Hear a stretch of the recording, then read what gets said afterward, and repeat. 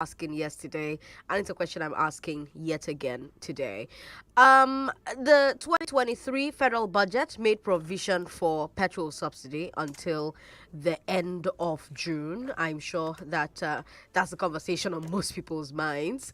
Um, what that means is that money has been voted and allocated to provide petrol at the fixed pump price for 24 more days, but NMPC has raised prices because they say that they haven't seen that money yet.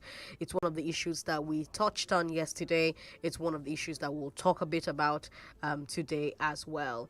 So we seem to be having audio issues. My guest, who's joining us via Zoom, seems to be unable to hear me. So we will take a very quick break and figure out what's happening with the sound, and then we will come back Lagos live on the show. Again, I'm Sandra Ezekwesili. Don't go away. This is The Voice Note on 99.3 Nigeria Info. Let's talk. You know, it echoed in this room. Look, Hello, can you hear me? I go back a long way. He's done phenomenally well. About 2 decades, done phenomenally well. Jim, Mike Adenuga and co. Let me tell you what they all have in common. They are all very combative personalities. Because of that, no regulator will go to them and try nonsense. Because most of them know how to deal with that regulator. We have to move beyond that, making Nigeria an economy only for the few people who are very combative. Some of us too are combative enough, so people know what's in regulation. Now let me continue, because those we are destroying are the 22-year-old entrepreneurs, the 25-year-old entrepreneurs. This economy is rigged against the youth, and it's not going to grow. When Aliko and I were 30, we were allowed to grow. Today, we're killing the youth from growing. So it's not going to grow. That's the point I'm making. And the reason, the things we have to correct, you see, any regulator that wants to get applause, just go after some people, destroy some businesses, and the more you destroy, the more they hail you. It's even proof that you're working. That's the paradigm shift. We have to get out of that complete nonsense. Without that, it will negate any monetary policy and everything else.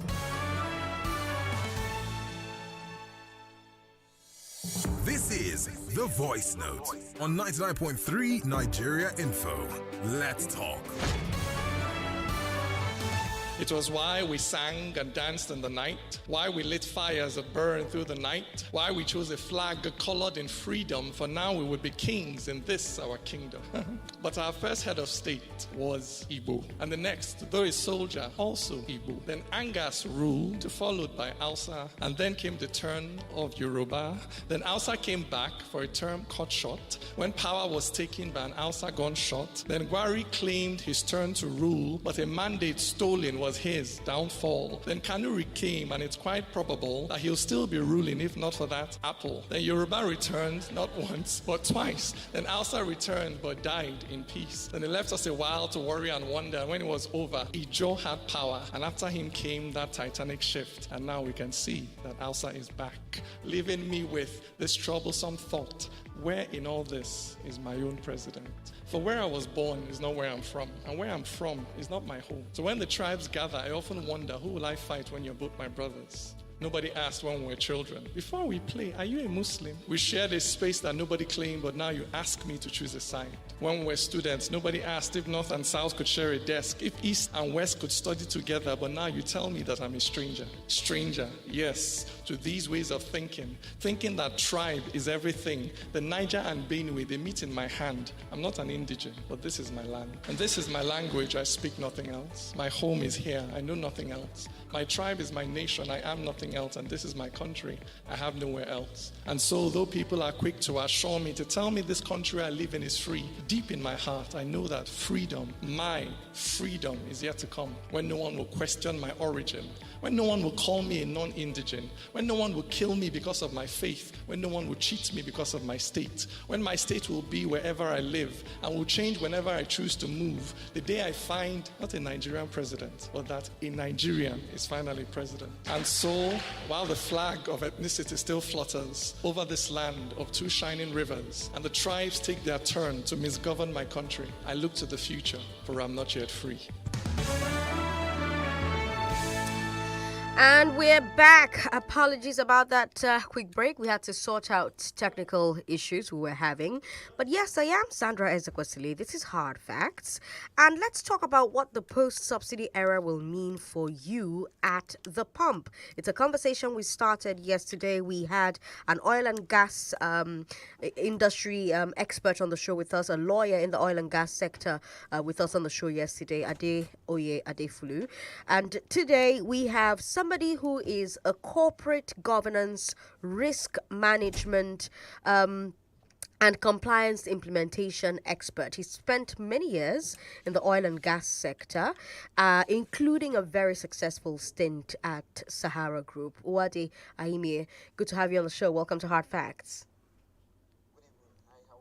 I'm Yes, good evening. Lagos, of course, you can join the conversation 0700-993-993-993. I know you have questions. I know you have opinions about this subject, so feel free to share them with Uwade. You can also call us women on 01465-7190.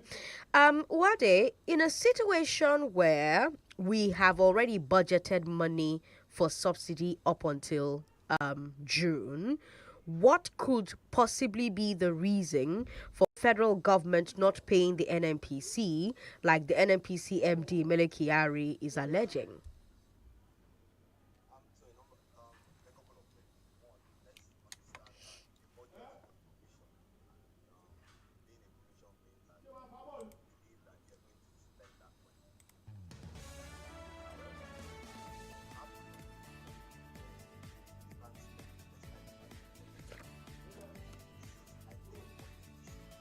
As you listened to the MD of NNPC, I think a few days ago, this was the same thing he was saying.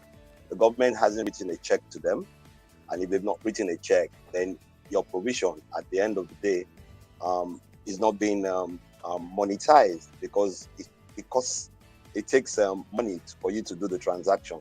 And if the government is saying, I don't have this money to give to you, then you must find alternative ways to fund your cash flow, which I think is the major issue now, and that is why NNPC brought out a price list for the beginning of a deregulated market, which I think is the best thing for Nigeria going forward. In a situation like that, where the government and a corporation have a deal to provide a public good at a set price in return for a subsidy payment, what steps should the corporation take if the government does not pay in time?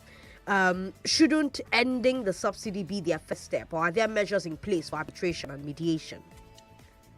Well, so the first step is, let's even have money. Let's be liquid for us to do business. That's the first step, which is then let's yank out the subsidy, which is what has happened. The second step is now to go to arbitration and say, okay, government, you still owe us this. When are you going to pay? How are you going to pay so that we can work it out into our cash flow, and then let the dynamics of supply and demand start to take its place. That's the second step. The third step is saying, okay, government don't have this money to give us now. Government says, I can't pay in the next 1 year. The next question is, how do I fund my cash flow? Then I would need to go either to the banks or for the case of NNPC, which is a limited liability company. And you've heard that over time, they would probably float them on the stock market. Go to the market and try and raise capital towards either going to the bank to raise financing, or go to the market to raise capital towards funding your project, your cash flow, and then making the system and oiling the system so that the engine is working well. The Senate set up a committee last year to ascertain just how many liters of fuel Nigerians are actually consuming. And last month, the committee told us that they couldn't come up with an answer. They say that there is currently no way to track and report our actual fuel consumption nationwide. My first question is this true? Not completely. So you might not be able to ascertain what goes finally to the end user, but you should be able to ascertain what went out of the whether the depots or whoever is bringing it into the petrol station. And that, I think we have the data for. At least there's data. I know that there's data from 2010 to 2019. If you go to the regulatory website, you would find some data relating to how petroleum products are trucked out from depots all over the country, across the country. So you would get that. But between 2020 and 2022, it's been difficult to ascertain that. The data for 2010 to 2019 is readily available. If you go to the website of the National Bureau of Statistics, you would see that there. I did an analysis on that a few days ago on an article I did on Nairametrics. So you would find that. But the bottom line in Nigeria is we don't have data to chase hard facts. And this is the time for us to start, reset the button so that we can start to acquire data. And what does it mean to acquire data? When you let the market dynamics start to play out, what then happens is you are not going to bring in what you cannot sell. And also your supply will be dependent on what the demand is in the market. And if the demand for petroleum or petrol, for instance, is lower than what you are supplying, it means that you will have a glut, meaning that you have too much petrol in the country, the demand is low, supply is high, and the dynamics of economics of supply, demands of and supply will kick in. So I just need to sell so that I can, at whatever price, so that I can break even, get new products, and understand the market, how it works in terms of demand and supply. Or people will find alternatives. If you look at the issue, when you look at diesel, for instance, when diesel went up to about 800, 850, organizations started looking for alternative ways to cut costs. Either you reduce hours of working, some went into alternative power sources towards augmenting what comes from the national power grid, and so on and so forth. So at the end of the day, we should let the oil and gas downstream and midstream, let the forces of demand and supply determine what comes in, what goes out. And then you'll find out at the end of the day, even some of the players in Nigeria will start to export some of these products as you go on, because you would get the needed investment, not just locally, but also from international investors. And for me, Nigeria is a great hub. When you look at the coastline, the size of the population of West Africa, even the population of East Africa, Central Africa, the landlocked countries, how do you maximize and optimize the resources, the natural resources that you have? And this, for me, is a good move. Okay. 99.3 Lagos. Give us a call on 0700-993-993-993 01465-7190. Now, from all you've said, the removal of subsidy is a good move. The deregulation of petrol is a good move. But are there guardrails that the subsidy program had? What guardrails, if any, did the program have? In what ways did government try to stop it from getting too expensive? How did they attempt to prevent fraud? Did they attempt to prevent fraud? Well, I can't speak to that in terms of how government worked towards preventing fraud. But one of the things that I know that is done is at every point at which a ship that brings in a product comes into Nigeria. The regulatory bodies, the independent supervisors as nominated by the regulatory bodies, and the owners of the product are there to check and confirm. Documentation is signed. If you go to the regulatory commission, the ones that regulate petroleum downstream, the NSDPR, you would find out that there are documentations for a number of all the, and those documentations are submitted. Are they correct? I can't speak to that, because if people connive, and that's a different thing entirely. If people do connive and try and what's it called, bend the system to favor them, then it means that the regulatory body, those who are in charge of regulating that system must be able to dictate, and there must be processes in place to dictate that.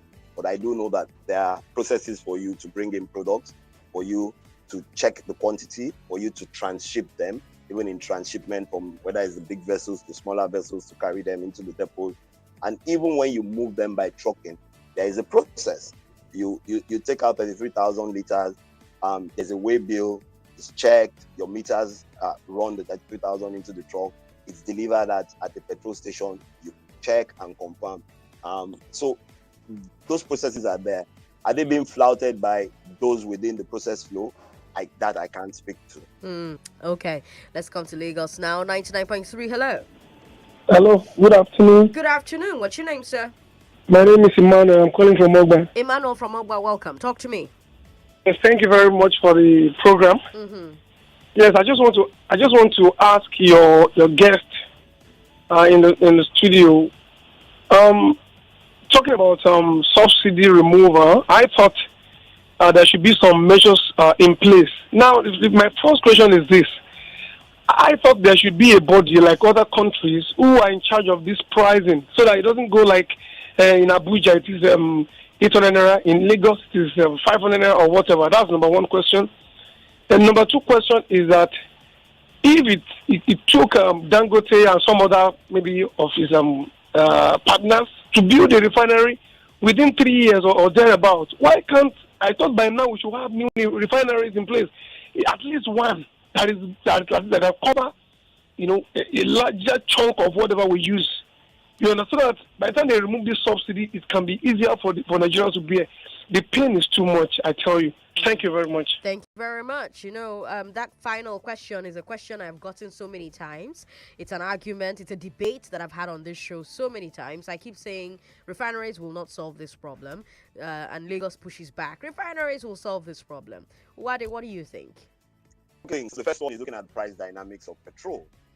So whether you're refining in Nigeria or you're bringing it in a vessel after it's been refined outside Nigeria in another refinery, we must remember that there is a cost for buying the crude that is being refined. For every barrel of crude, you get about 73 liters of petrol. And so what will be the cost of that's the cost of production, or the cost of processing to get petrol out of the crude? That's the main cost. Now there are other ancillary costs that you're going to look at. So you have to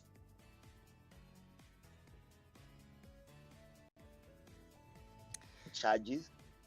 You're going to pay maritime charges. You're going to pay insurance, and a number of all those things. It's like I said, it's demand and supply. So I need to start looking at where are the inefficiencies within the system. So once that is clearly understood, you would find out that at the end of the day, at the point at which it reaches the tank farm in Nigeria, there's a cost that has been brought into it. So whoever is going to sell is now going to look at it. Where am I trucking to? How much is it going to cost me to move it from one point to the other? Within Lagos, it might be cheaper.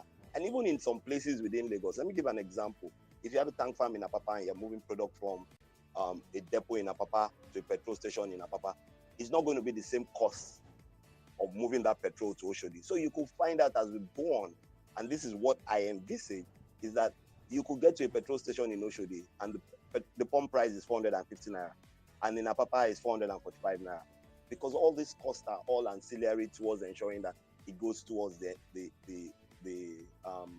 consumer at the end of the day.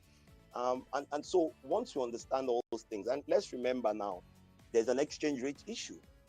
If we have a dichotomy in exchange rates, so CBN rate as at today is 460, 461. Parallel market rate is 750 on the average. So at what price are you bringing in the product? At what price are you buying from a refinery after it has produced? Because remember, the refinery is buying crude and buying it in dollar denomination. In using dollars. The dollar as using the dollar as an of costing. So at what exchange rate are you going to do that? If we can, and like you heard the president say, moving towards a single rate, there's never a single rate anywhere in the world. Let's get that. But there is a standard rate that institutions of lending, those who want to do business, would agree to put money or investment into a country. Now, if it's the same way you travel abroad, you get to an airport, you could find out that you exchange your dollars for pounds, for instance. Within the same airport perimeter, there is a difference in exchange rates. It could be 1 pence, it could be 2 pence, it could be less than that. And these are the things that we need to look at. So when you create that efficiency within the system, what then happens is that everybody who is bringing it in starts to look at what are the opportunities for me? Where do I want to have my base? What are the logistics I have to contend with? And then that takes us to the second part of that question.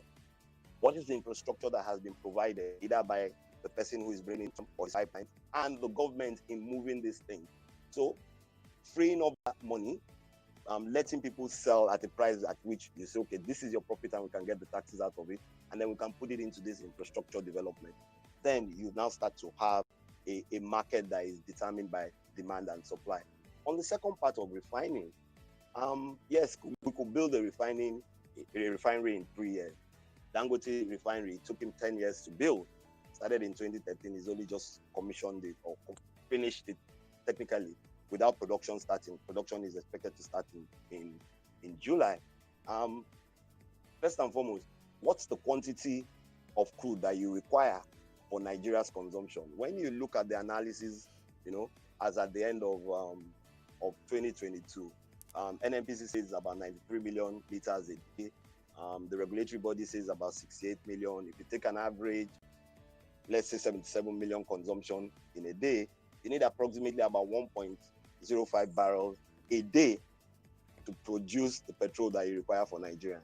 Now, and Dangote is not going to sell it to you except government is paying him a subsidy. So it's going to sell it at market price. Otherwise, it goes somewhere else. As the coastline to be. Okay, we seem to be having connectivity issues with Uwade there, but that's my cue to come back to Lagos, where I'm sure we have several comments coming in via social media. And then, of course, when we have Uwade rejoin us, I also want to talk a bit about the amount of money that has already gone into the refineries that currently exist, and I think that's what Wadi was also trying to address before we lost the connection to him there.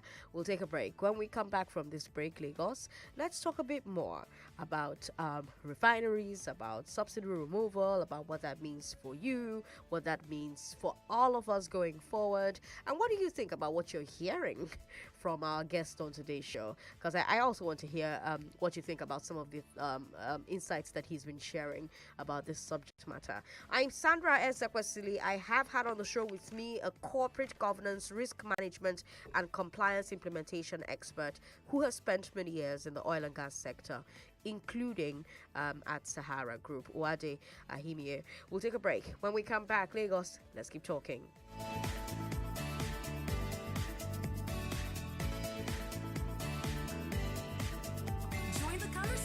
No matter where you are. Download our mobile app by searching Nigeria Info FM on the Google Play Store and the Apple App Store. Also, get news updates in sports, entertainment, news, and current affairs right on the app.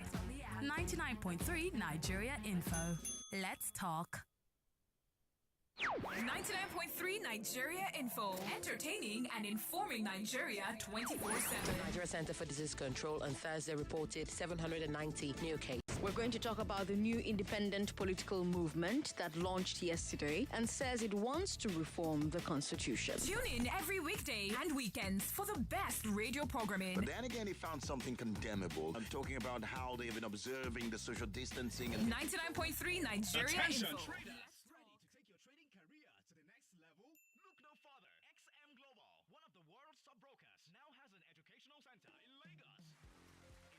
With MS Africa Academy, the perfect place to learn trading from the basics through an advanced level. Entirely free for all XM clients. What are you waiting for? Come over to our office today. XM Training Center at The Citadel, located at the Citadel Community Church Complex, number 30 Kudirat Abiola Way, Oregun Ikeja. Call us on 0903-647-4205. All round the clock, all year round. Never a time the journey would have been easy without you. You made your number one talk station, Nigeria Info, part of your everyday life. Nigeria Info, call us. You people, I like the energy. This is what I want to hear every time. And now, because because of your active listening and contribution, we are crowned the radio station of the year.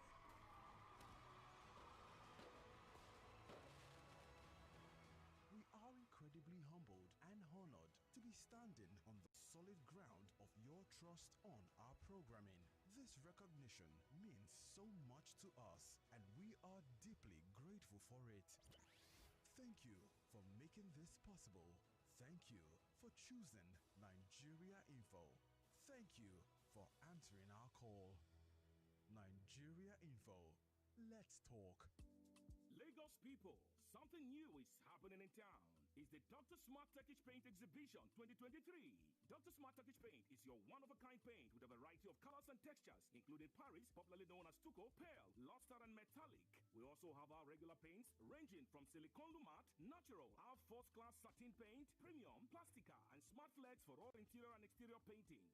Our one-of-a-kind water-resistant water stop provides deep water resistance and more. All our products are efficient with high coverage, cleanable, washable, environment-friendly, and color-fast for years. Here is more. Dr. Smart Turkish Paint is bringing a special paint exhibition at the Lagos Trade Fair, taking place at Landmark Center, Victoria Island, Lagos, from Tuesday 6th to Thursday 8th June 2023. Be a part of this unique exhibition and buy our rich variety of products at highly discounted rates. There will also be loads of valuable gift items to be won. For inquiries, please call 0915-887-3356.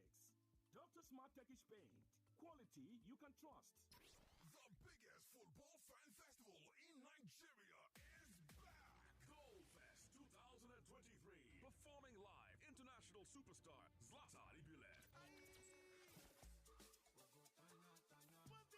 Imole himself, Mo Bad. Listen to this one like this.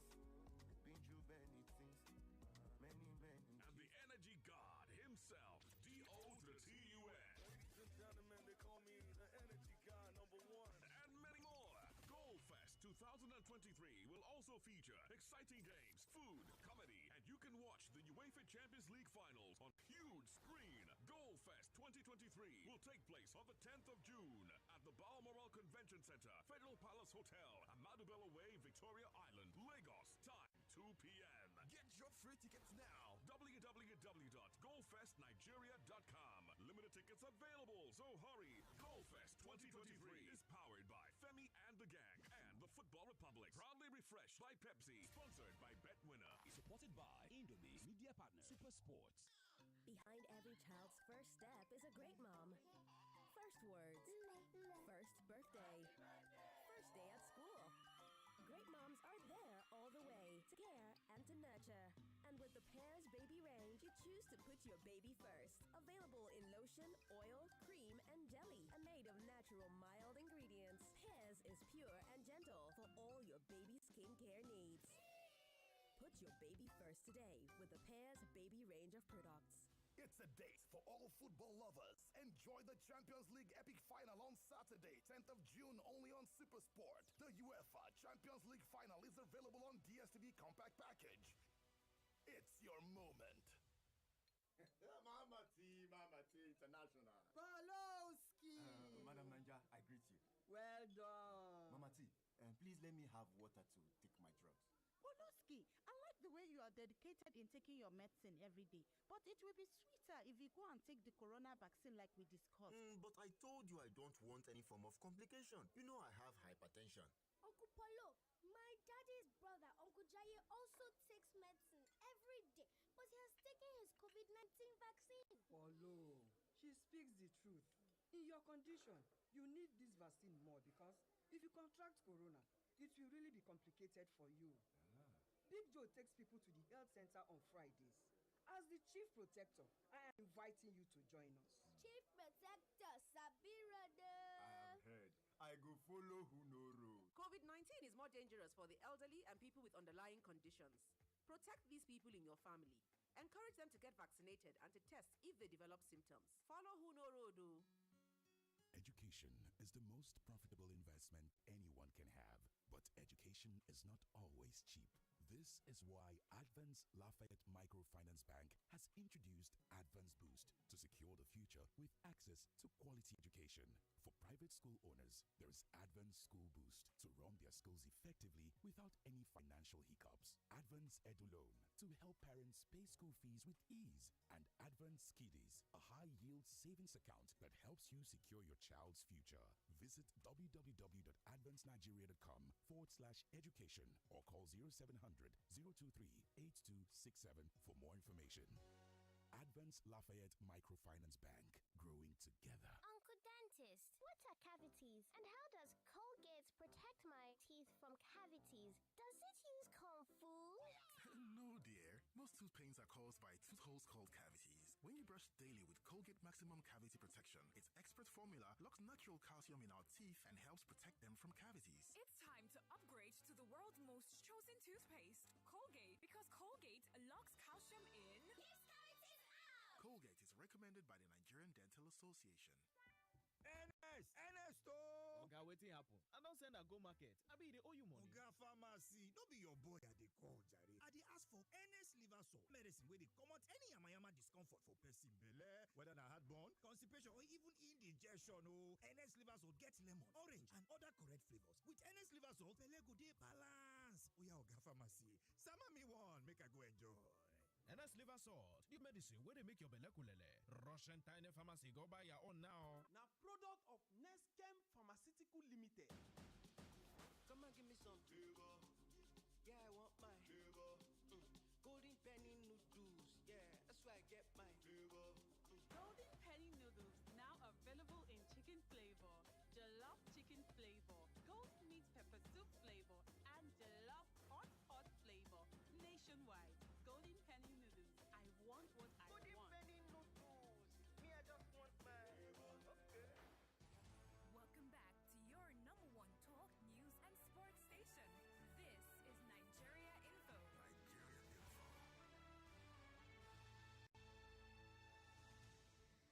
Lagos, I'm Sandra Ezekwesili. You're listening to Hard Facts on 99.3 Nigeria Info, and today we are talking about what post-regulation will look like for you. What will the post-subsidy era mean for Nigerians at the pump? My guest is a corporate governance, risk management, and compliance implementation expert who spent many years in the oil and gas sector. Wadi Ahimie has been talking to us about some of the questions that we have on the subject.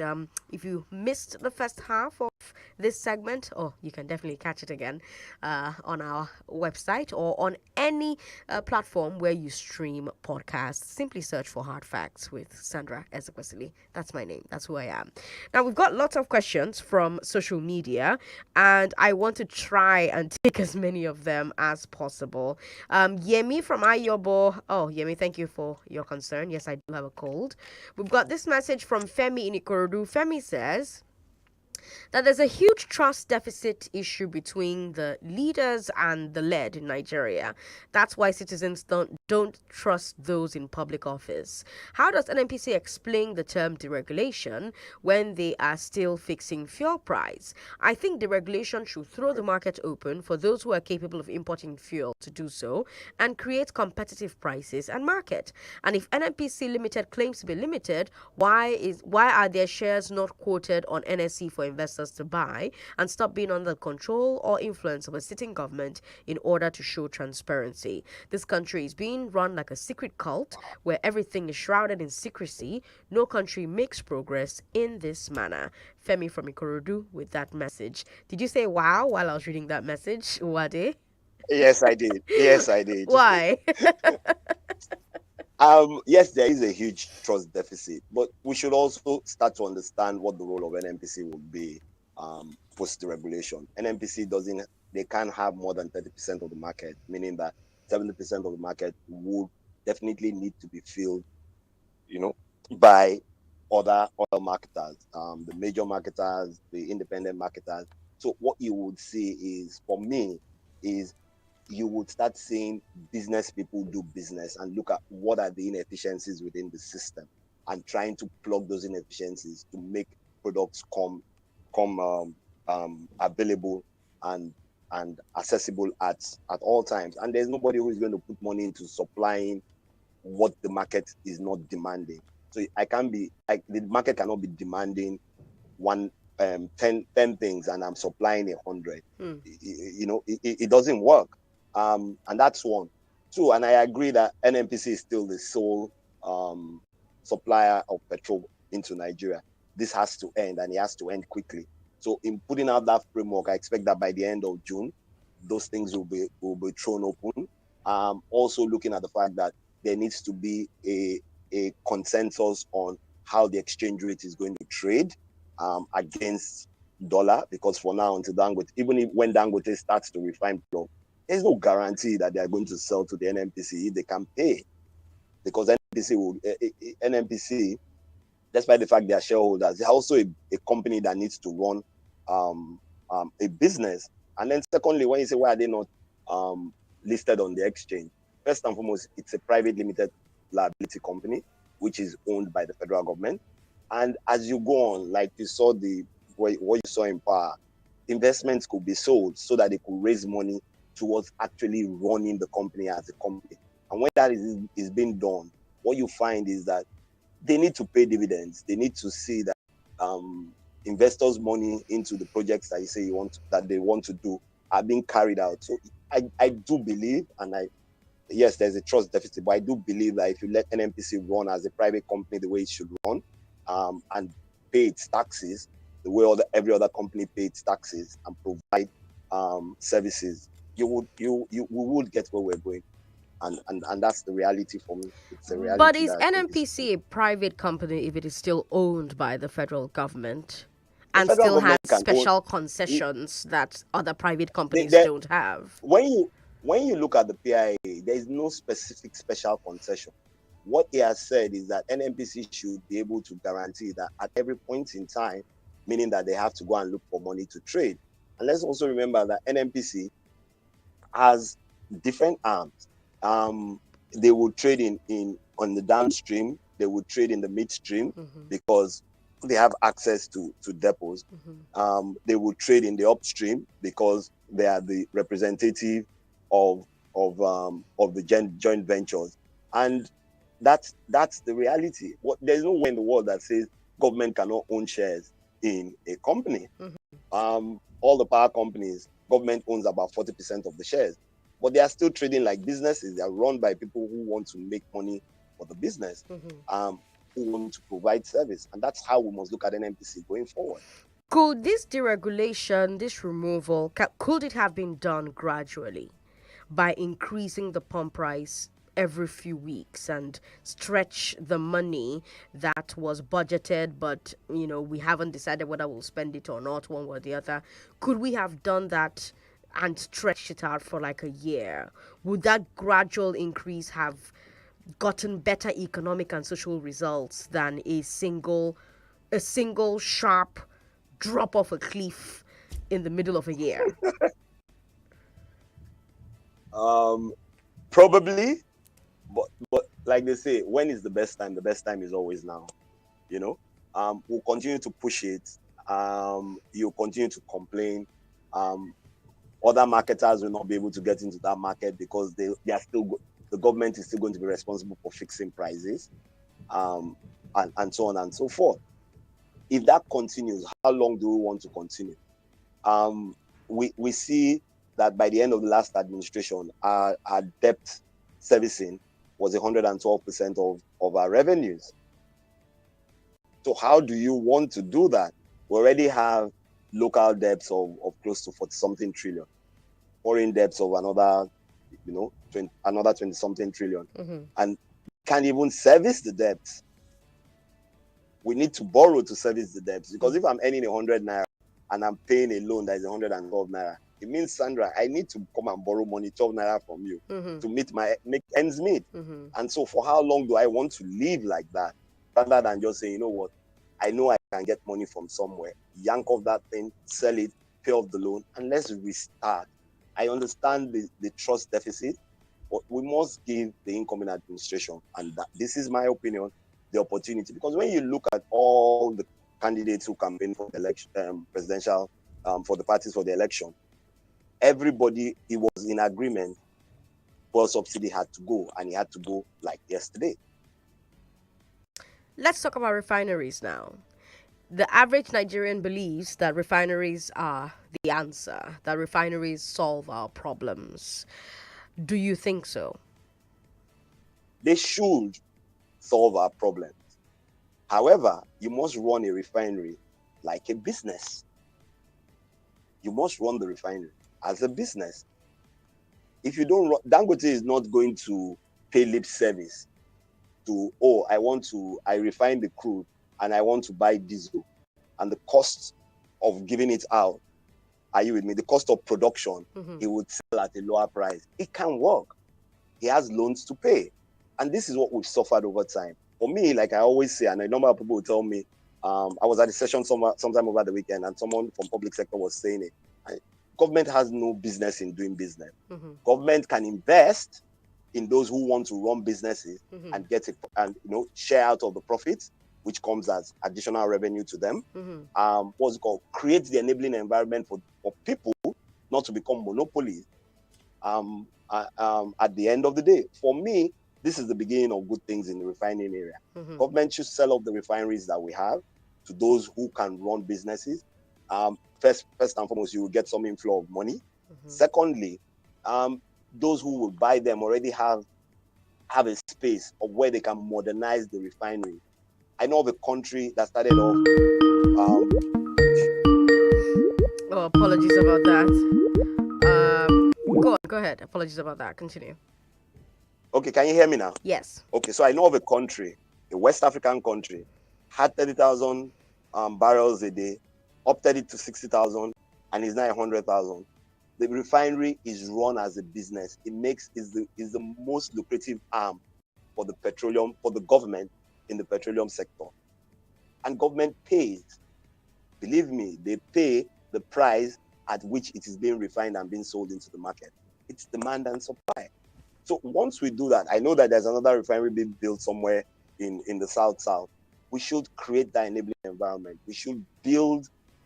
Nigeria has one of the best infrastructure system when it comes to the downstream. We have tank farms across Nigeria. We have a pipeline system it was state of the art when it was built. What are we doing with that? How do you ensure? Government should look at even the PPMC. How do you come to, working with those who will run it efficiently? I give a typical example. Saudi Aramco just sold off its pipeline system to some people who are going to manage it for $12.4 billion recently. That's what we should be looking at. First, you get that money in. Government gives you the enabling environment for you to be able to fix those things, expand on them, and then you'll find out that investors within localities, within the states will start to attract the kind of investments that you want. But what stops Dangote refining, pumping it through a pipeline system that is already a network in Nigeria? And then within the ones that go to Sokoto State, for instance, you have tank farms being built around them so that people can get enough product into the system, people can get them as quickly as possible, and so on and so forth. So we must let the dictates of demand and supply run the downstream economy. I mean, industry, like it's done in most parts of the world, where you find out that I'm sure if you go to the UK, you can't buy petrol from the same company that has petrol stations on the same road at the same price. Now you have you have those who say, I like that you keep using the Dangote refinery example, right? So Dangote himself has spoken in the past about the refinery selling its petrol in the international market. He wants both the forex and the grid prices that these things will offer, right? We've also heard Mele Kyari say that Dangote's petrol will not affect the prices we're currently seeing. But you have those who say that Dangote refinery should sell its fuel at lower prices since there won't be landing costs. So the cost of selling the fuel, first and foremost, it should bring about cheaper pricing, lower pricing. Don't get me wrong.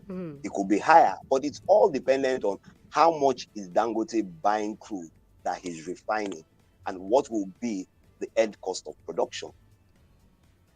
Let's always remember that. What because Dangote concessions? is not only going to. What concessions? Dangote is not. Okay, go ahead. Sorry, I didn't hear that. Go ahead. Dangote is not only going to buy crude from Nigeria. He's going to buy from across the world, and then he will look at his mix of cost. Okay. And then look at his weighted average cost of production. Okay. What concessions did he receive from the federal government for the refinery? Do those concessions translate to an obligation for him to sell petrol cheaper? No, the concessions that you would have access to buying crude for that refinery. Is it going to? NNPC sells its crude to those who buy crude from it at the market price, international market price. And I don't see them doing the same thing, doing any other thing different to Dangote or to anybody who builds a new refinery. For those who have the licenses to build refineries, for building refineries, and they build them, I don't see it being different. And like I said, based on the statistics that is available today, or the data that is available today, we would require about 1.05 million barrels of crude each day. Dangote is only 650,000. We have a capacity of 445,000 that has not worked in God knows how long. Now, is NNPC willing to sell it or go into a joint venture for those who are going to make it work and get access to it? So even sourcing the crude, I don't necessarily have to source crude from Nigeria if I can get better pricing from the international market. So it will reflect on a number of things. It will reflect on, one, where am I getting the crude from? It will reflect on producing it in Nigeria. It should come out cheaper when it gets to the station, because I'm not paying landing costs. I might probably pay some duties to move them, then to truck them out to go to the depots. That cost would also be there, and those are so if we have 3-4 refineries refining in Nigeria, we will be able to, one, definitely, if I have a refinery within the context of my country and they can produce and meet the demands, it would definitely be cheaper than when I sell the product outside to even Benin or Togo or Ghana. It will be, but it doesn't mean that Dangote is going to give us a discount when he's paying international market prices for buying crude. Do you think that it would make a difference in how much people buy PMS if perhaps we had other ports in other regions across Nigeria away from Lagos? Because I was thinking about what you said earlier on about the cost of transporting the product from one point to the other, right? And I would imagine that because of Nigeria's poor road infrastructure, rail infrastructure as far as cargo is concerned, it adds to the cost of the cost of paying for fuel in, say, Rivers or Enugu or Delta, as the case may be. Is this a problem that ports could solve? So a plethora of problems that, aside from when I say logistics, and I mean every part of logistics, the train system, the road system, the waterway system. Let me give a typical example. Like I said, I know that there is an organization that is building a refinery. I think it's 200,000 somewhere in the south. If they start to refine that product, crude, and they get enough petrol out of the crude, or even more than enough, it would and supply the market within the south and the southeast. It would technically be cheaper, because it's the cost of crude is determinant of, and all the other things that you put into play in terms of production, and that's it. The cost of crude is the highest part of it. So you look at the labor, you look at the other expenditure that goes into it. Once we have those, then you like I said, you would have people who are willing, are you with me, to move products within the waterways. We have the River Niger, we have the River Benue. This is what government should be focusing on. How do we dredge them for them to carry whether it's the small size, whether it's the 5,000 metric ton barges or the 10,000 metric ton barges, so we can move these products across place. The second part of it is, like I said earlier, is the PPMC. We have one of the best petroleum, petrol network, pipeline networks in the world. What I think is required is, one, refurbishment, complete overhaul of the system. the pipes are small, you need to increase the sizes of the pipes, and so on and so forth. NNPC has depots in practically every geopolitical region in Nigeria. Let's invest, let them run the business, look for people who are going to work with them, put those monies into it. And believe me, if an NPC spends $1 billion to renovate all those things, and the price of its petrol comes out at for instance, 500 naira, and someone can import it and bring it to the shores of Nigeria and bring it into the country and take it into Sokoto, for instance, and that Sokoto is selling at NNPC selling at 500 and it can sell it at 495 naira. Believe me, NNPC is going to be running at a loss. And these are the things that we must be patient about. In my opinion, I do think that this present administration wants to get these things done. Sincerity of purpose is something else for me. We would start to see the framework. I hear, they've given an approval for some of his advice, for some of the president's advisors. Now it's now let him settle down and put the framework once the next National Assembly comes in. So you can bring in the ministers, you can bring in those who are going to work with them. We can start to see the framework. The discussion with Labour, they're coming back on June 19 to start to flesh out the framework of what are the things that we require in terms of infrastructure and how do we fund them. But we must, believe me, in my opinion, we must bite that bullet now. And there's no time.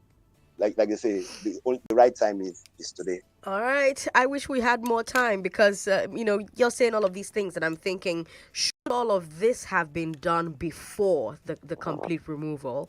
I need a short answer there. I've got like 20 seconds. Should all of this have been done before the removal? And I will answer that better late than never. Okay. Uwajahimie, thank you so much for joining us on the show today. He is thank you for having me. A corporate governance, risk management and compliance implementation expert. Spent a lot of years in the oil and gas sector, currently on the editorial board of Nairametrics. Lagos, let's take a break. When we come back from this break, are we setting men up by teaching them they must be the boss at home?